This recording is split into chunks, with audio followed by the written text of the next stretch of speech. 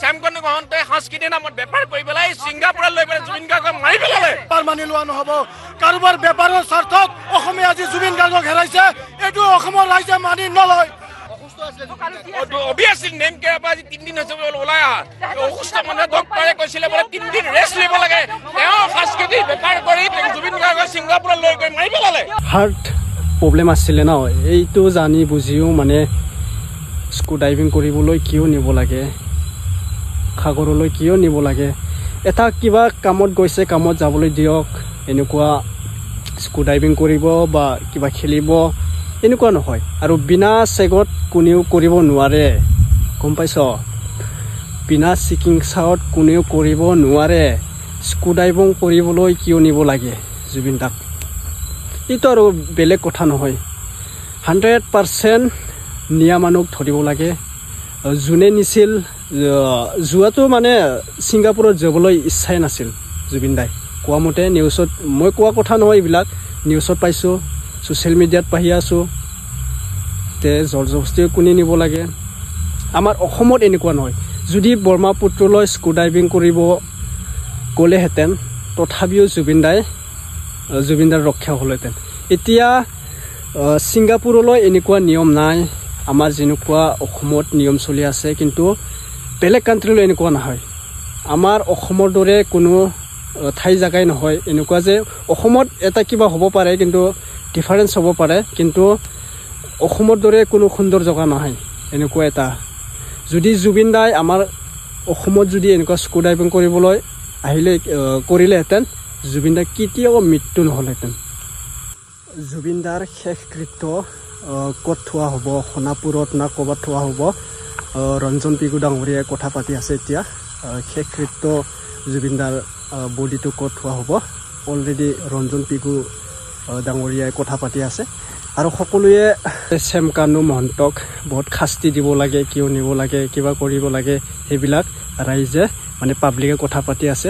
চৰকাৰৰ পৰা শ্যামকানুৰ পৰা এটা এজাহাৰ লিখা হৈছে বা পুলিচে গ্ৰেপ্তাৰ কৰিবই, কিন্তু চৰকাৰে নকৰিলেও শ্যামকানু মহন্তক মানে পাব্লিকে মানে বহুত কিবা কৰিব আৰু ন, গ্ৰেপ্তাৰ কৰিবতো এইটো বাদ দিয়া। মানে পাব্লিকৰ হাতত যদি পৰে শ্যামকানু মহন্তই কেতিয়াও ৰক্ষা নহ'ব আৰু না। মানে এনেকুৱা এটা কথা কৈ আছে, শ্যামকানু মহন্তক মানে মাৰি পেলাব লাগে। জুবিনক নিছি ছিংগাপুৰত, 3 ঘণ্টাৰ হস্পিটেলত নাছিলে, এইবিলাক বহুত কথা কৈ আছে। আপোনালোকে চাই ল'ব শ্যামকানু মহন্তক কি কথা ক'লে ৰাইজসকলে।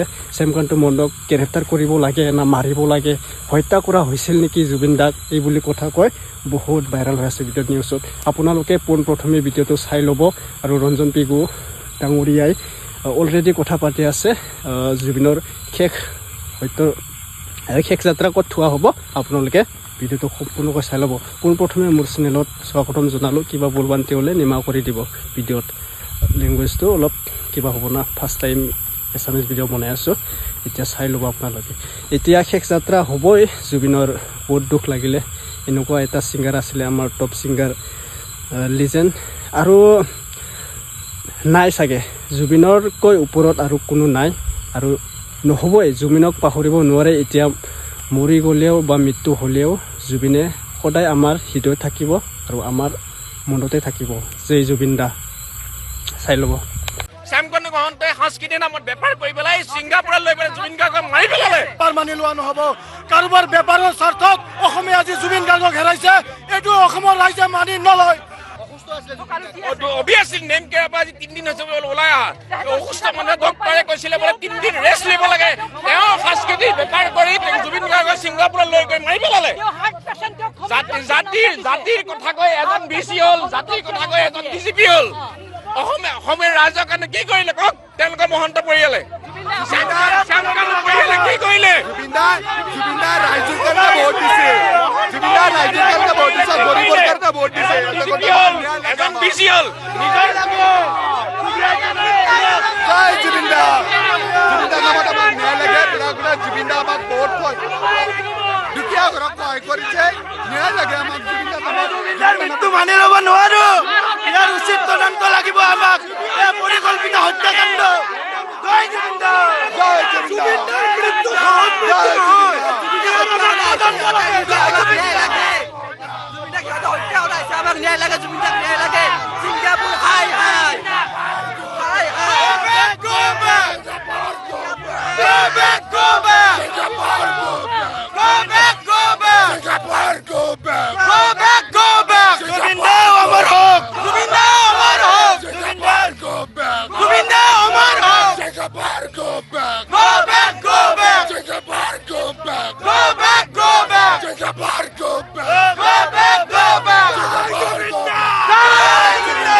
জুবিন দা সিঙ্গাপুৰত মনে মনে কি আনিব জুবিন দা হত্যাকাণ্ড সিঙ্গাপুৰত পাতিলে হয় উচিত তদন্ত লাগে আমাক সিবিআই তদন্ত লাগে আমাক সিবিআই তদন্ত দিয়ে আমাক উচিত তদন্ত লাগে ন্যায় লাগে জয় জুবিন মানি লোৱা নহ'ব কাৰোবাৰ বেপাৰৰ স্বাৰ্থত অসমে আজি জুবিন গাৰ্গক হেৰাইছে এইটো অসমৰ ৰাইজে মানি নলয় এই বেপাৰৰ হিচাপ দিব লাগিব ছিংগাপুৰত কিয় এটাই প্ৰশ্ন ছিংগাপুৰত কিয় অসমত ঠাই নাছিল নেকি নৰ্থ ইষ্টত ঠাই নাছিল নেকি ভাৰতত ঠাই নাছিল নেকি এই বেপাৰ কিয় ছিংগাপুৰত লৈ যোৱা হ'ল কাৰ স্বাৰ্থত এজন মানুহৰ স্বাৰ্থত অসম কান্দিব নোৱাৰে আজি অসম কান্দি আছে কাৰোবাৰ বেপাৰৰ কাৰণে অসম কান্দিব নোৱাৰে দাদা আপুনি এটা কথা বেপাৰ কৰক এতিয়া বেপাৰ কৰক জুবিন দাক লৈ বেপাৰ কৰি আছে আজিৰ পৰা বেপাৰ কৰক ছিংগাপুৰ গৈছে তাত ইমান ডিছপ্লেমেণ্ট কিয় ইমান এজন আমাৰ অসমৰ প্ৰাইড হয় অসমৰ প্ৰাইড ছিংগাপুৰ গৈ তাতে মৰিব লগা হৈছে কিয় এইটো জবাব লাগে আজি মিছমেনেজমেণ্ট কোনে কৰিছে এই মিছমেনেজৰ জবাব দিব লাগিব মিছমেনেজমেণ্ট কিয় হৈছে আমাৰ অসমৰ গৌৰৱ এই অসমৰ গৌৰৱ আজি নাই আমাৰ মাজত আজি গোটেই অসম তাত কাতৰি হৈ গৈছে মানুহ কান্দি আছে আজি এইখন অৱস্থাত মানুহ খাব পৰা নাই শুব পৰা নাই মানুহৰ চকাত জুই জ্বলা নাই এনেকুৱা পৰিৱেশ আজি এই পৰিৱেশৰ দায়িত্ব কোনে ল'ব এইটো জবাব লাগে এই জুবিন হ'ল হুলাৰ ভাই মূলা তাক যোনে যি কয় তাকে কৰে এই চামকানু মহন্তৰ ইনকাম সেই জুবিনেই নৰ্থ ইষ্ট ফেষ্টিভেলত লৈ যায় ইফালে পাপন নিয়ে পাপন চিয়ানা মাল ই বুৰ্বক হয় ইয়াক যোনে যি জেক দিয়ে মই পাইছোতো তাক বহুত দিন গানে কি আনে চিনেমাখনত তাক যোনে জেক দিয়ে সি সেইটোৱে কৰে যে চামকানু মহন্তই তাক লৈ যায়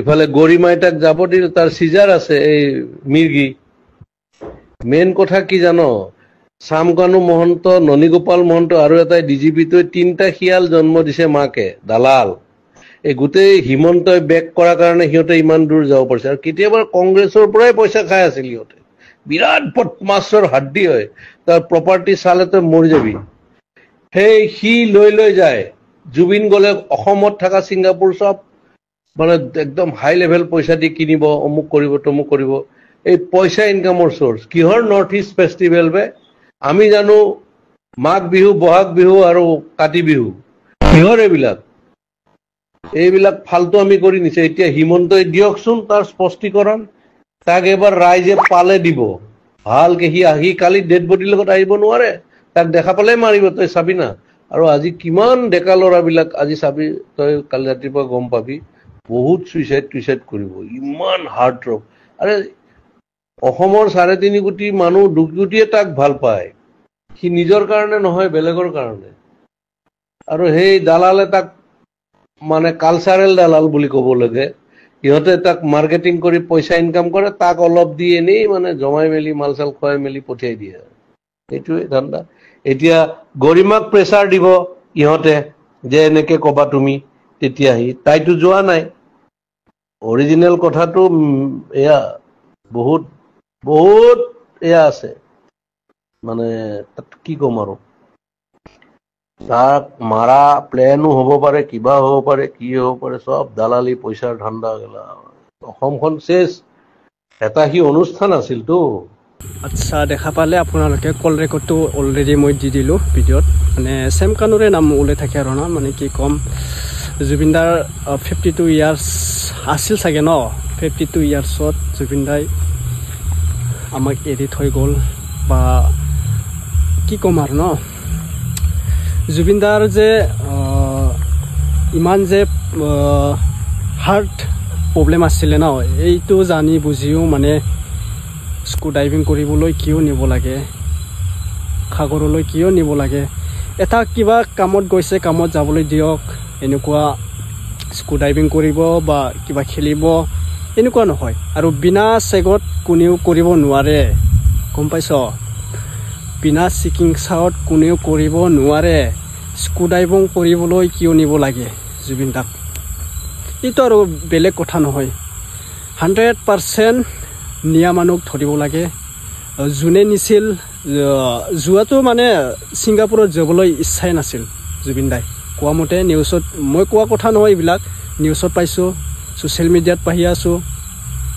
তে জলজবস্তি কোনে নিব লাগে আমাৰ অসমত এনেকুৱা নহয় যদি ব্ৰহ্মপুত্ৰলৈ স্কু ডাইভিং কৰিব গ'লেহেঁতেন তথাপিও জুবিন দাৰ ৰক্ষা হ'লহেঁতেন এতিয়া ছিংগাপুৰলৈ এনেকুৱা নিয়ম নাই আমাৰ যেনেকুৱা অসমত নিয়ম চলি আছে কিন্তু বেলেগ কাণ্ট্ৰিলৈ এনেকুৱা নহয় আমাৰ অসমৰ দৰে কোনো ঠাই জাগাই নহয় এনেকুৱা যে অসমত এটা কিবা হ'ব পাৰে কিন্তু ডিফাৰেঞ্চ হ'ব পাৰে কিন্তু অসমৰ দৰে কোনো সুন্দৰ জেগা নহয় এনেকুৱা এটা যদি জুবিন দাই আমাৰ অসমত যদি এনেকুৱা স্কু ডাইভিং কৰিবলৈ আহিলে কৰিলেহেঁতেন জুবিন দা কেতিয়াও মৃত্যু নহ'লহেঁতেন